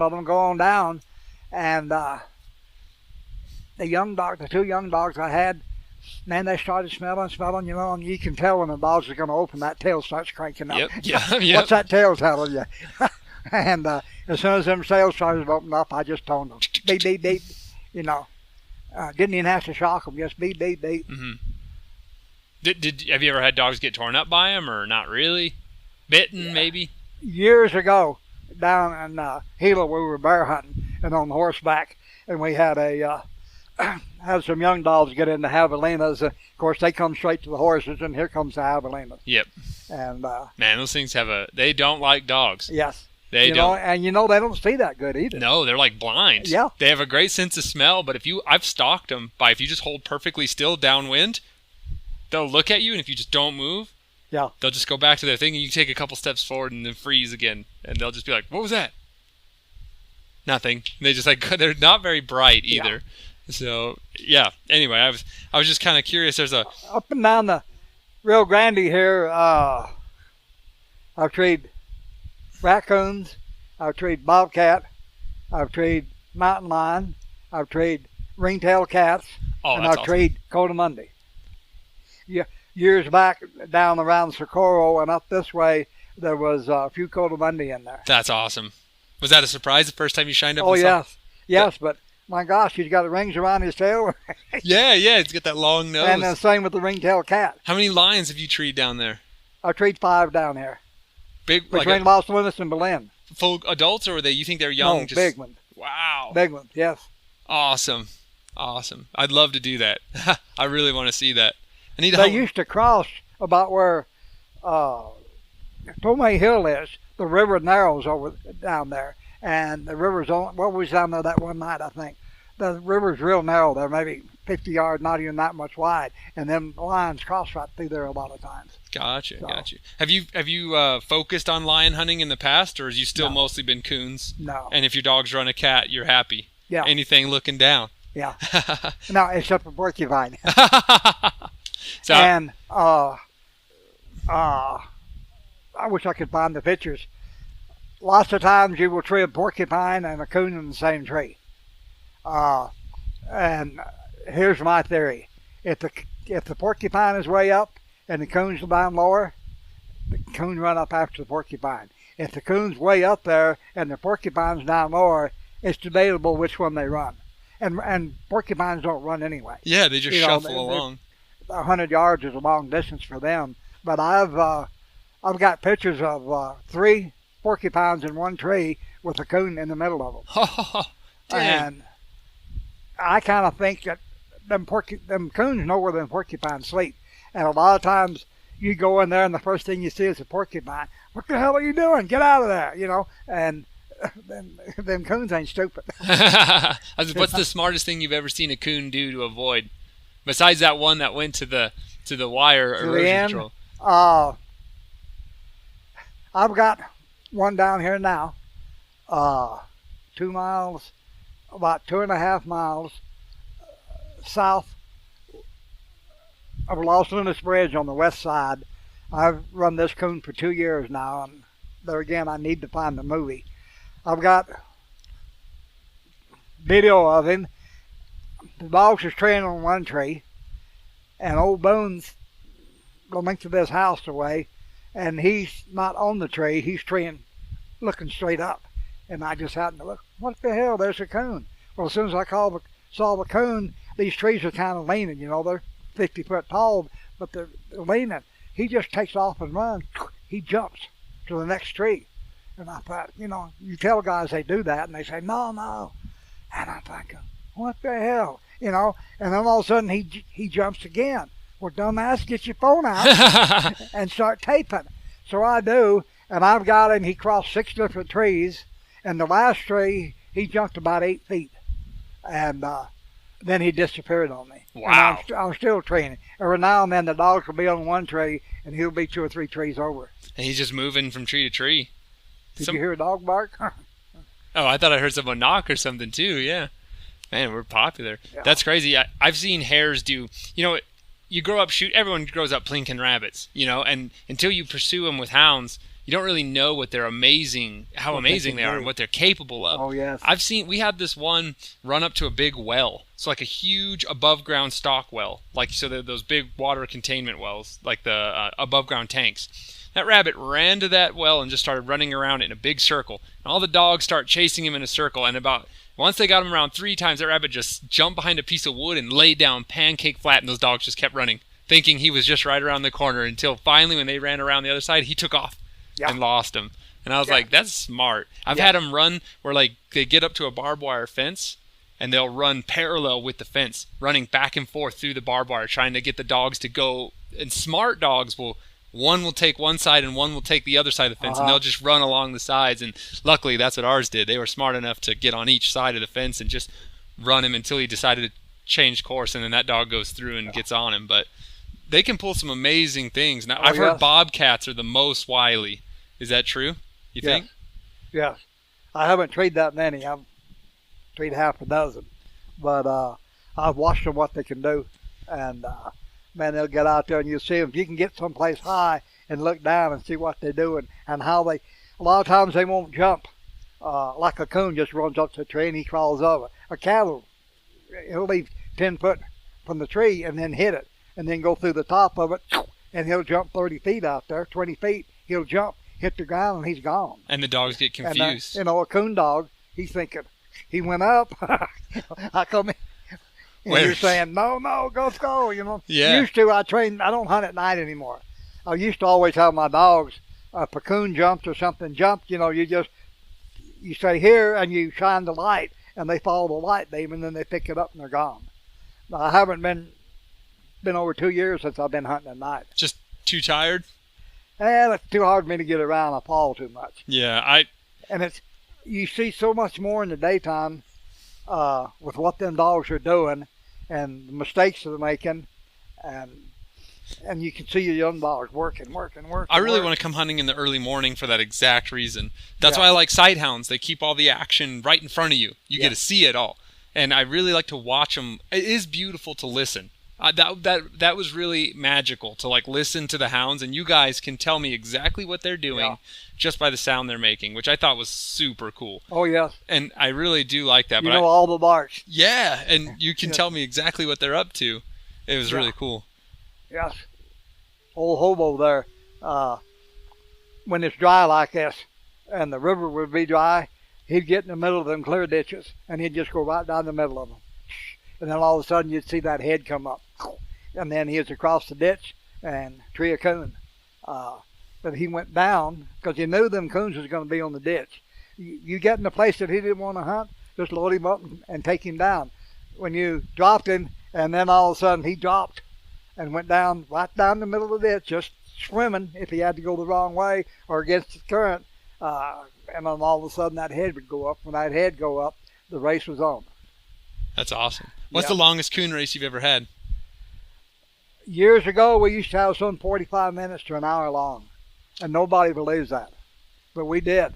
Oh, no, you're running fox, you're doing this. We had a guy one night come over from Grants, New Mexico, and supposed to have some pretty good dogs, and we was down at the 346 bridge where they just burned, and we was on the east side going south, and that's all the way to the end, that's about 8-9 miles through there. And we hit, and they went down that ditch, and they'd cross the ditch road, and then they'd go back to the ditch and on and on. That guy said, oh, so-and-so ain't in that race. And when one guy says, well, you better get a coon dog then, And we got way on down there, and I mean, it was hot, just like it is right now, and they sat down and treed.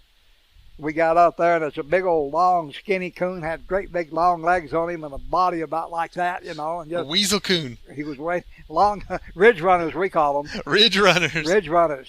That's awesome. Yeah, I've always wondered what is a really good running coon, right? Because everything about me is running.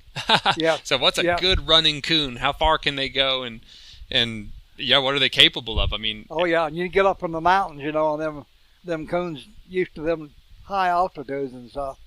Do you like to go up to high altitude coons, or do you like to hunt down here in the river bottoms? I don't know more. I have a little difficulty breathing up there now. Even when the smoke was coming in here really bad, I was having a little problem breathing. Those forest fires are nasty. That smoke is bad right now. One night up at Jemez, we was on a full moon about this time of year.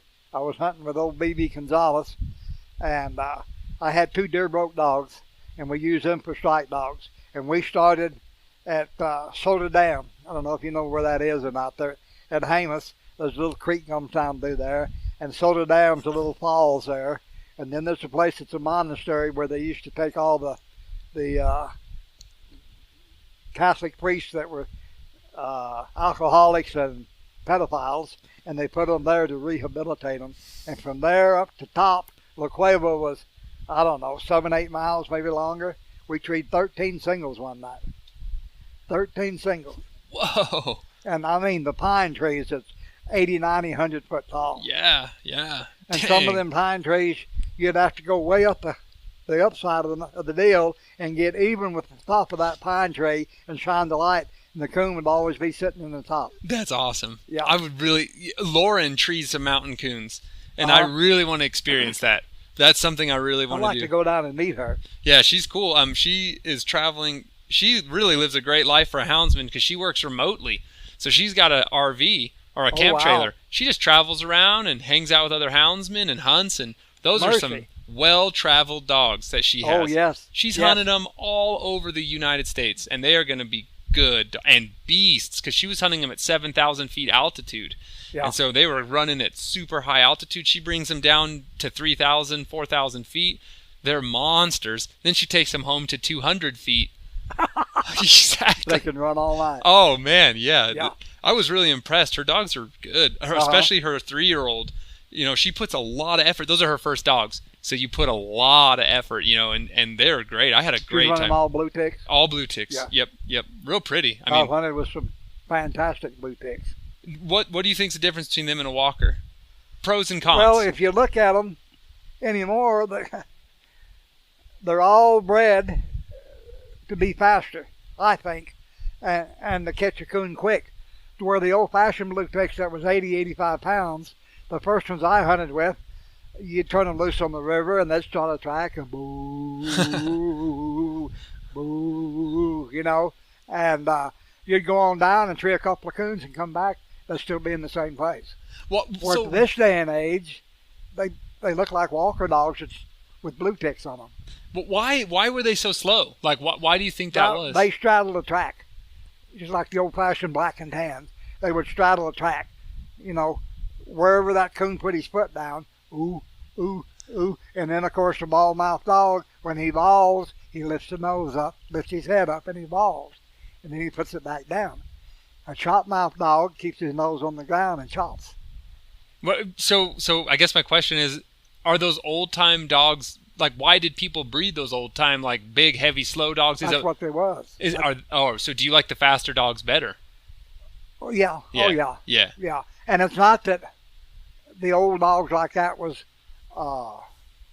they treat coons. They treat lots of coons. Yeah. But they didn't tree them fast, you know. Yeah, It may take them half hour to tree a coon, 45 minutes, to where nowadays when you boom, if you've gone 15 minutes, that's a long time. Do you like a... Oh, sorry, go ahead. Go ahead. No, Do you like a dog that will catch a coon on the ground, or do you like a dog that will put him up always? what you like and what you get. What do you like? Okay, Boone. Boone, when he was 8 months old, was already my check dog. Scott Collins had his brother, Junior. Them two dogs, when I first put them together, the first 5 coons that they caught was on the ground. That's how fast they was. And Boone, he doesn't open on track until he trees. When you hear him open, he's going to tree. And Junior would open on track, but and then all them dogs just caught coons on the ground. And Boone don't open on track. He's never opened on track. If you hear him open on track one time, he's treed. You know, and he used to be deadly accurate. Now he's gotten old and lazy, and he likes to tree. But when he was younger, there wasn't many dogs could beat him. Wow. And then the old lady out there that's pushing 15, 95% of the time, regardless of who you hunted with, she struck first. She always struck first, and she could drive a track. So, I love that when they strike. That was my favorite part. Because you're like, all right, here we go. You know, and then they take off into the forest, and you just listen, and hope they don't run into javelinas. And you can... No, many a time, the first line I treed, I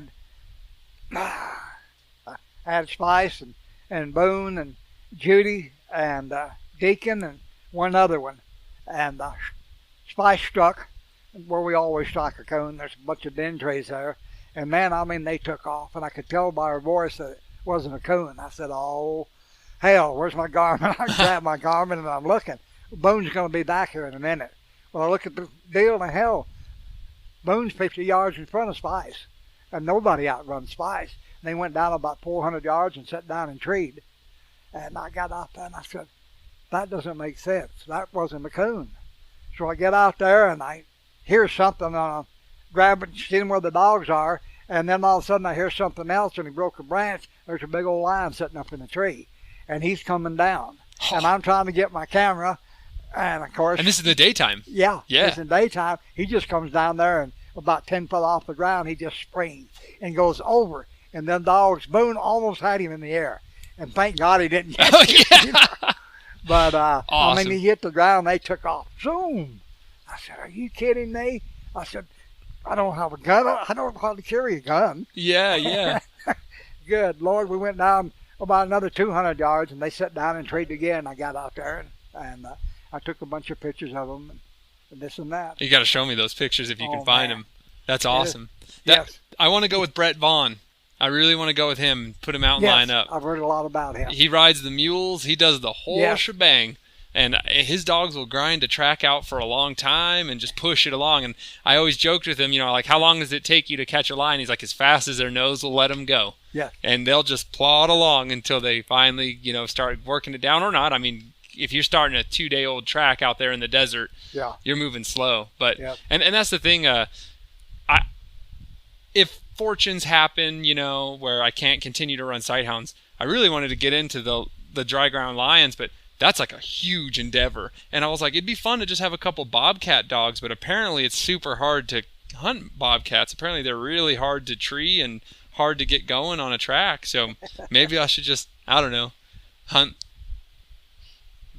I don't know. Something. Well, you never know. Yeah. And who you hunt with. You know, I was lucky when I got in the club. Lots of old guys in there and taught me a lot of the good stuff. And nowadays you don't know. Some of these guys you hunt with, look out. They don't trust a whole lot of them anymore. I think I got so lucky because I was going to ask you how important you think having a good mentor is. I think it's everything. Yes. I learned so much from my good friend and my mentor, and because of him, I met tons of other people that have been hunting in the community for decades, and I really felt like I gained years of knowledge in a few months, and I'm still learning every day, and I continue to keep an open mind and talk to people. But I was going to ask, I mean, who was your mentor's name, you think? Who was the most influential coon hunter in your life? Oh, boy.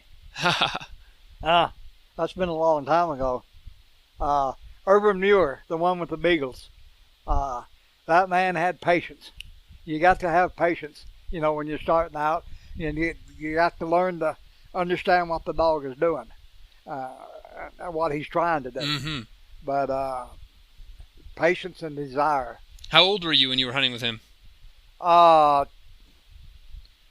24, something like that. 68, I was born in 44, 24 years old. I got into hunting when I got pretty good in dogs when I was 26. Yeah, honey? 26? Yeah. Yeah.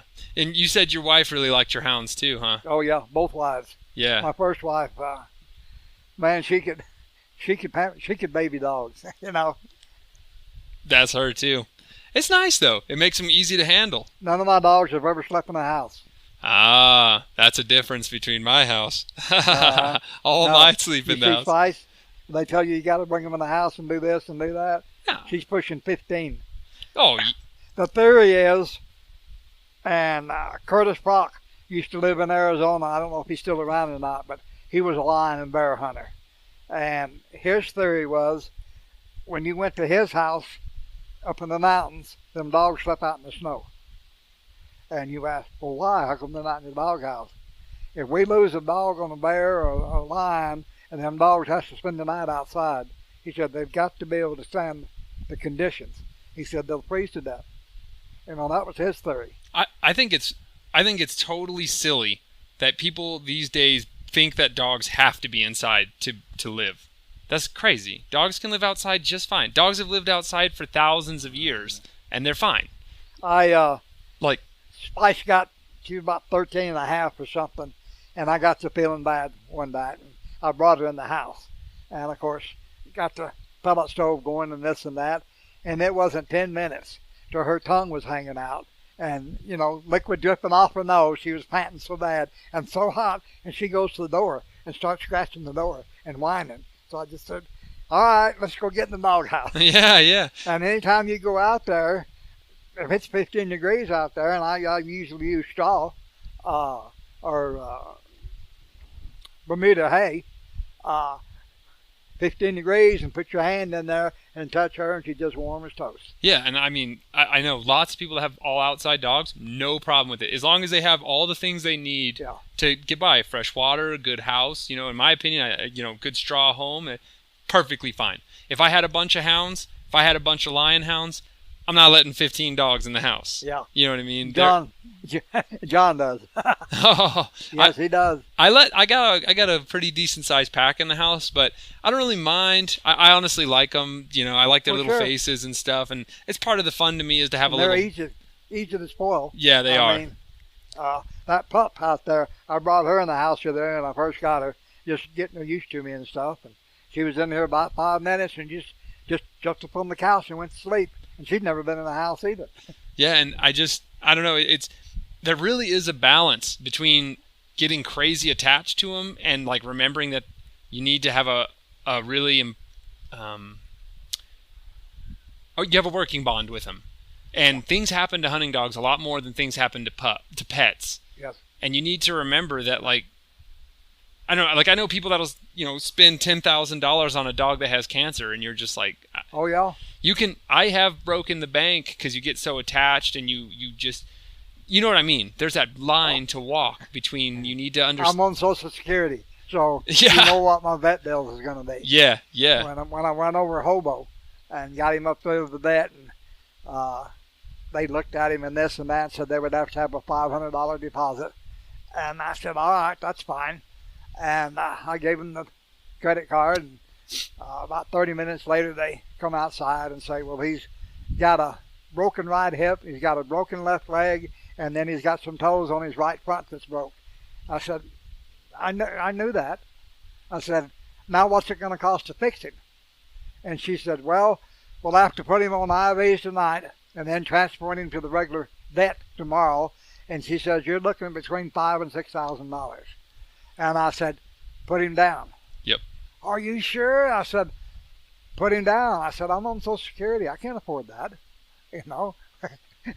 I'm not on Social Security. I couldn't afford that. Yeah, you know what I mean? And she just had a fit because I was going to put him down.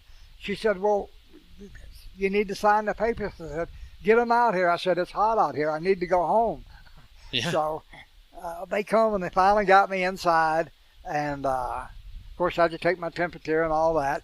And they put him in a little private room and bring him out there, And I said, all right. I said, give him the shot. Let's go. Well, we'll give you a few minutes so you can be with him. And I said, I've been through euthanasia before. I said, when I was younger, I said, I just pop him in the head with a 22. I said, but I'm a little softy now. So anyway. What's my excuse then? She finally come in and put him down. And then I said, if you want to cremate him.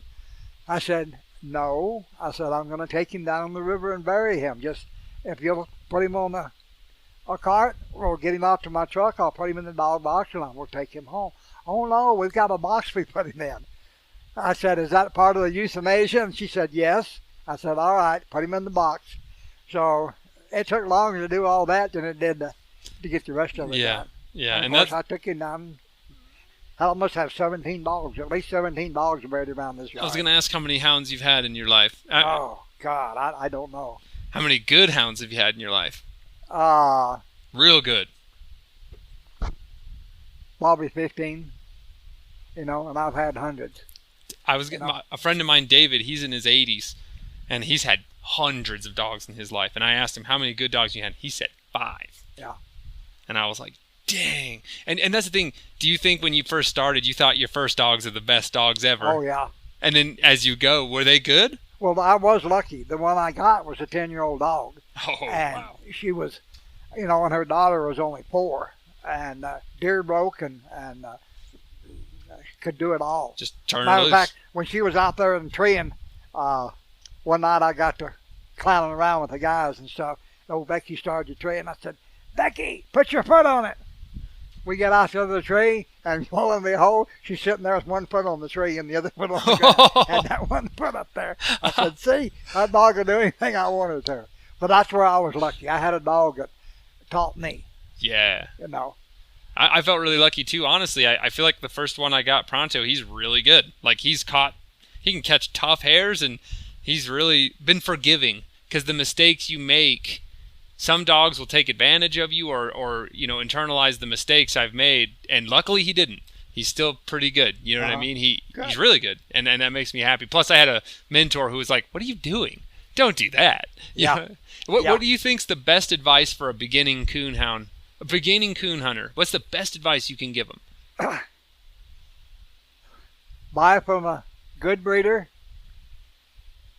tracking collars, shocking collars before you ever go hunting. Yeah. You know, or if you're hunting with friends and stuff, the worst dog you can get is a dog that somebody else wants to give away. Oh, I'll get you this dog. They're getting rid of that dog for a reason. And the reason is he's doing something they don't like. He's treeing porcupines. He's killing skunks. Yeah. And that's the other thing.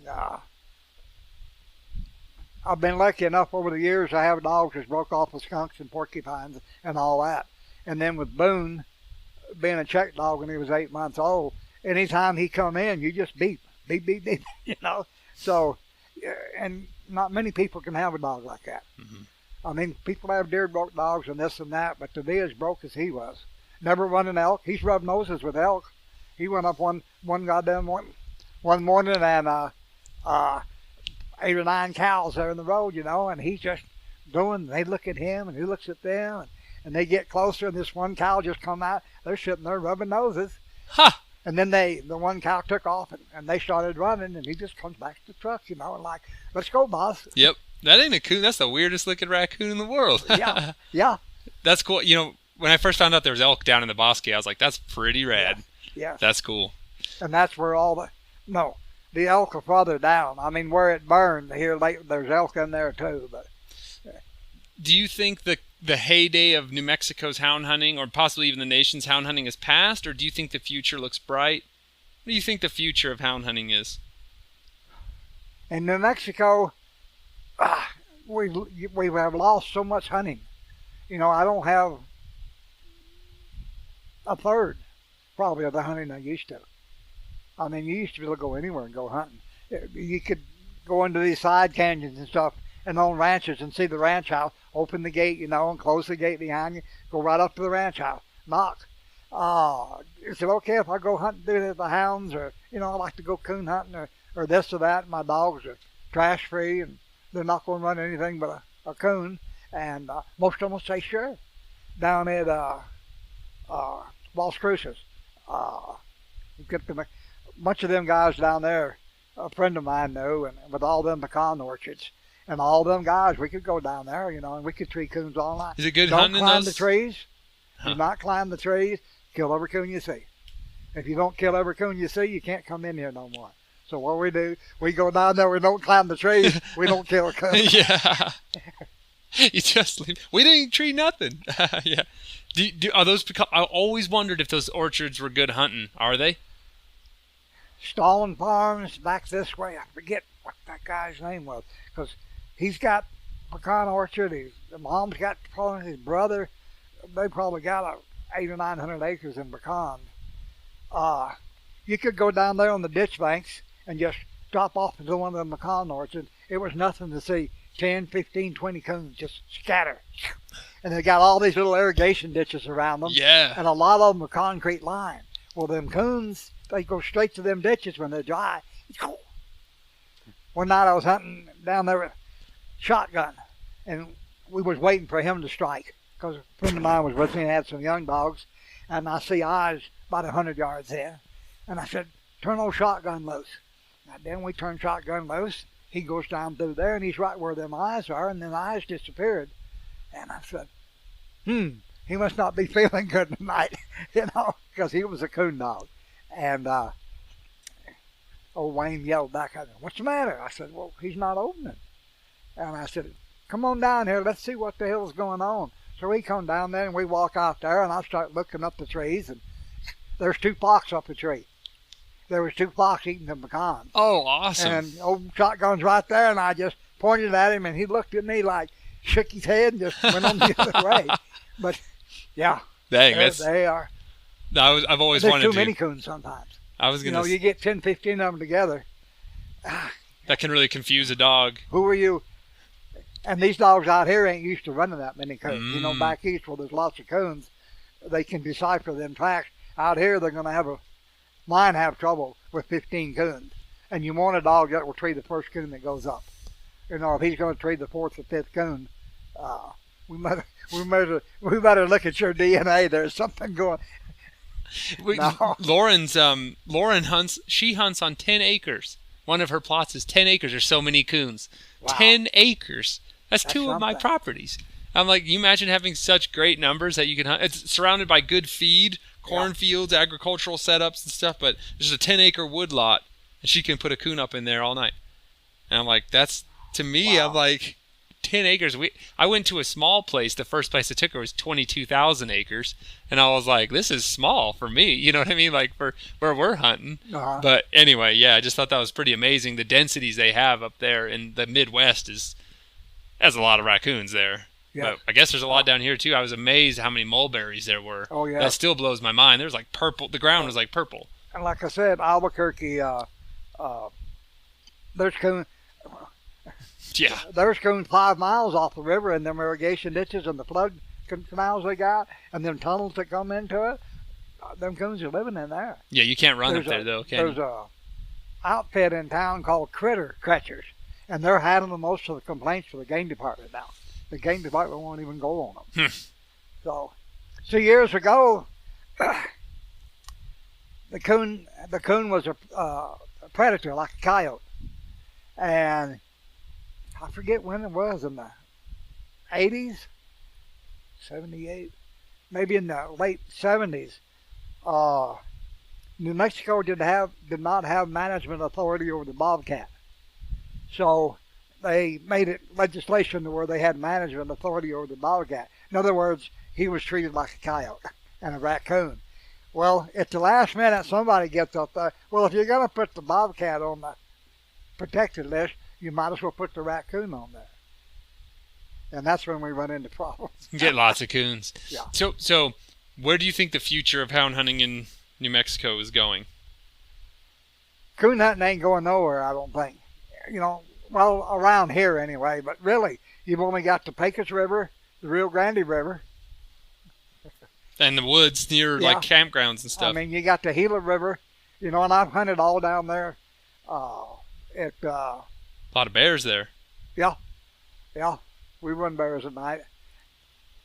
Nothing will get your blood running more like hunting up in the Jemez, hunting up there at San Antonio Park and La Cueva up there. And them dogs head off the creek and they come down. There's a big campground there. And I mean, everybody's got fireplaces going. And them dogs got away from us. We had to go back to the truck. Well, they run right through the campground.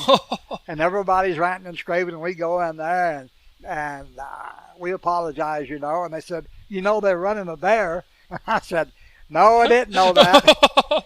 So we get on down through there, and we get on the highway and get up, and we get in front of them and drop down. And what do the dogs have cornered? A cub. So we just grab dogs, and we're trying to get out of there before Mom comes. Yes, exactly. And you could hear her coming. Crashing. Oh, yes. You go crashing through the trees and everything else. Oh. That's a sketchy moment. Yeah, that'll get your heart pumping. Yes. Back when I had a heart. Oh, yeah. Man, yeah, that's you hear a lot of doom and gloom about the future, and I do think that if we don't stay vigilant, we're, like you were saying, we're losing hunting. And so I think it's important that we stay paying attention so that we don't keep eroding our rights slowly, But I also think that hunting is getting more popular in some ways, and I don't think hound hunting is going anywhere. I think it's what's important is that we stay, like, legislatively paying attention. Like, for instance, just losing trapping. You would think, no, you can't take trapping away. This, like, huge cultural and traditional pursuit, and it can be. And so I think the most important thing is education, outreach, and promoting a positive image for hound hunting. And I think that's like a huge mission of this show. You know what I mean? Is to always, well, I've said this before, and I always say this. I think houndsmen have more data per square inch of their brain than other kinds of hunters, because you got to know everything about your quarry, plus everything about the dogs, veterinary care, scent, and biology. I mean, you know so much about how they smell and move through the world, all without using their eyes. And you can really... Houndsmen, I've been blown away with how houndsmen are perceiving the world at night. how just by the sound of their dogs and how they're moving through the forest, you can tell me what's going on down there. And then you look at that GPS, and it's exactly what they're doing. That there has made it so much easier. Knock on wood, where's some wood at? Quick. Since I went to the BB collars and the GPS collars, I've never had to leave a dog overnight. Love that. And that is such a comfort. I'll tell you what, the wives get attached to them. You're in trouble if you lose it. You know. Would you be Would you be sad if I lost a dog? Oh yeah. She's like, oh yes, I would be too. You may sleep on the couch a while. Sue used to train them. We had one dog she called Bum, and he was a big dog, about 85 pounds, almost pure white with a red head. And she started training him, and I didn't think much about it. And one day I come home from work, and she says, I want to show you what Bum does. She said, put him on a leash. So I put him on a leash, and he's right here. And I didn't say a word. One time I said heel, and I took off, and he's right there. When I stopped, he stopped, set. When I took off, he took off. And then she says, unhook the leash and put your hand in front of his nose and tell him to stay. So I did. She says, now walk toward me. And I walked toward her, and he stood there. And he sat there. And he sat there. And she says, Bum. And you expect him to come. No. Bum. No. Bum. Come. God, here he comes. Round the back on the left side and sit. And that's the way she trained him. And I lost him when he was 3 years old. Oh. That's the one that we had to find with the tracking collar. And that's when I went to tracking collars. Yep. I was being hard-headed, didn't think they was worth it. And then one night, they're worth it. Yeah. Tracking collars, yeah. They're not.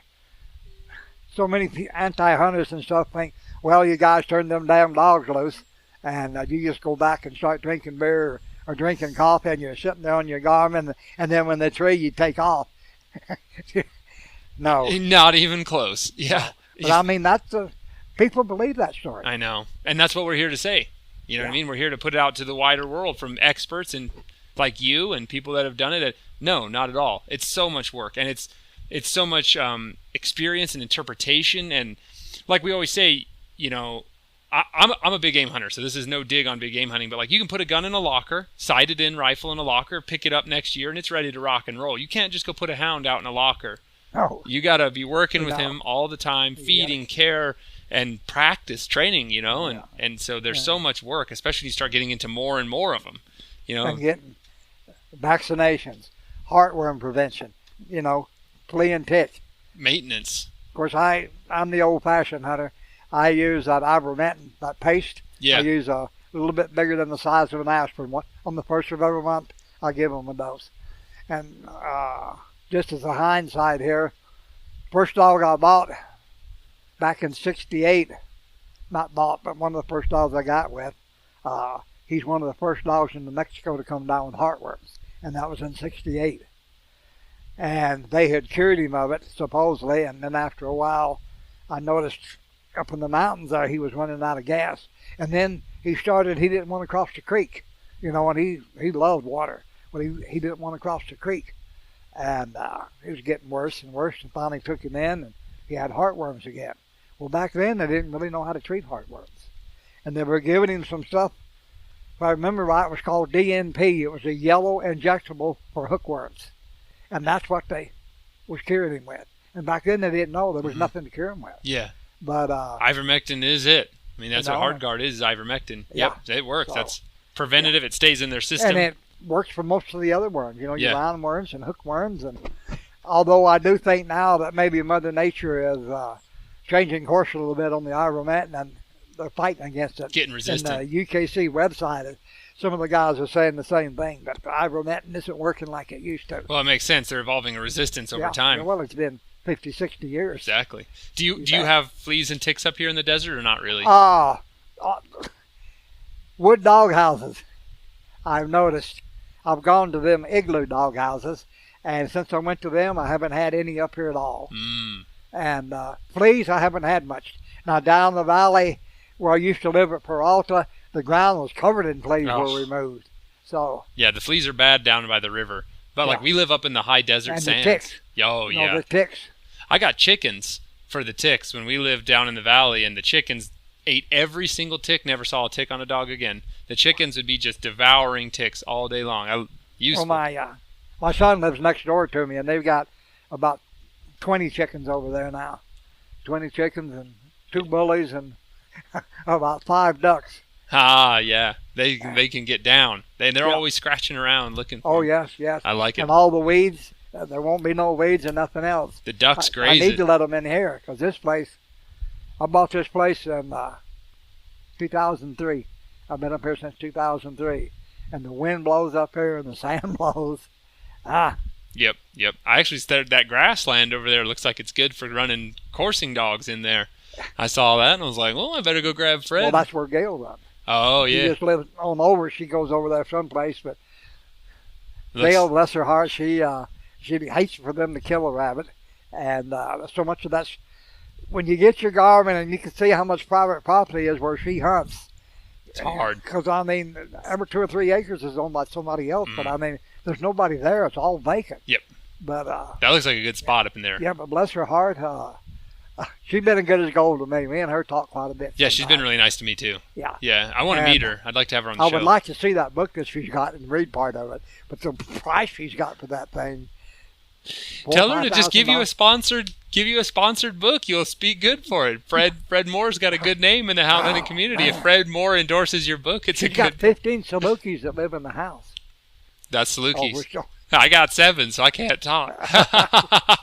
Fred's like, Yeah, the girls have got their room and the boys have got their room, and then she got 1 or 2 doggy doors. I got a doggy door. It's been the greatest I invention. got a doggy door too. You open the front door and that's it. Well, Fred, buddy, I was just asking if you had any final thoughts. Is there anything you wanted to say to the wide world of hound hunting? We had better stick together. Totally agree. If we don't stick together, there's too many people with nothing but full of money they will attack us, and the money talks. Absolutely. And that's what's happening. And that means to us too. We need to get organized It just get in the clubs, get active, and pay attention. Don't just hide in the woods. We're all guilty of that. We've all done that. Oh yes. And See, and that's when the game department used to have all their meetings. Was during deer season and elk season and all that, and bear and lion all going on. That's when they had their meetings. And of course, Bear Watch, the antis have always got someone at their meetings. We used to go to the meetings, and there would be 10 or 15 anti-hunters up there, basically, compared to 2 or 3 hounds. Mhm. The hounds have never showed up.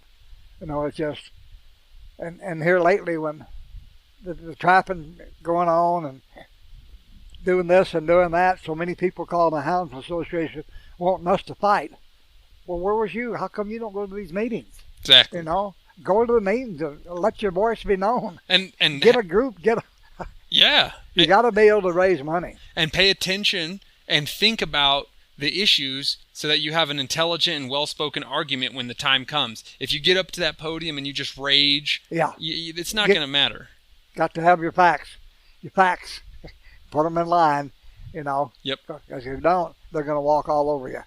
It's great advice. Could not agree more. That's Of what course, it's about. our legislation here, it's so loaded with anti-hunters, and just like when they banned the trapping, the girl that's putting on the seminar and stuff is it's offenders of wildlife. I mean, really? Yeah, that was She's the one presenting all of it? This was that was a total farce. I have to leave it there because I can get so mad about it. That was an absolute farce. Yes. That was absolute emotional, non-scientific. It was garbage. Yes. And they didn't even allow people like us to speak. No. And that's what bothered me to my core. I was livid about it. And I haven't heard the trappers were supposed to get the same lawyers that, I forget about the ones that are for the wolf and stuff. I forget who she's out of, Wyoming or someplace. But they're supposed to be getting a lawsuit against the game department to fight that. But the longer they wait, the worse it's going to be. Absolutely. You need to keep the momentum up. Well, we stand with you, trappers, definitely. You bet. Houndsman Association's there to get your back 100%. And we tried. Trust me, we tried. So, Fred, thank you for being on the show. We got to do a number 2, and I'm coming down this fall and we're gonna tree a coon. Okay. If someone is gonna let me see a coon in a tree, sorry, John, it's Fred Moore. That's no dissing on John's dogs. I'm just kidding. But you're gonna show me a daytime coon, yeah? You bet. That's something we can count on. Fred, thanks, buddy. All right. Thank Appreciate you. it.